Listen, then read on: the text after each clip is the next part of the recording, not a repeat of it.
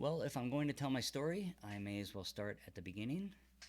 In the spring of 1973, my parents, Carl and Emily, had a 3-year-old boy at home named Randy, and they were expecting their second child. They were hoping for a girl.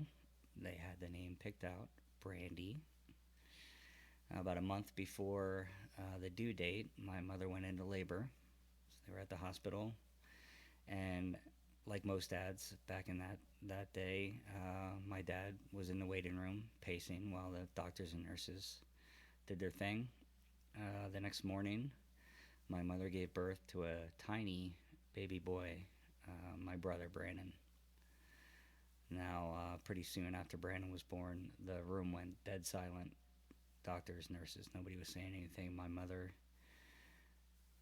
got worried and said, What is it? What's going on?" And the doctor simply said, "There's something else in there." And then 7 minutes later, I was born. I was the something else in there. They had no idea.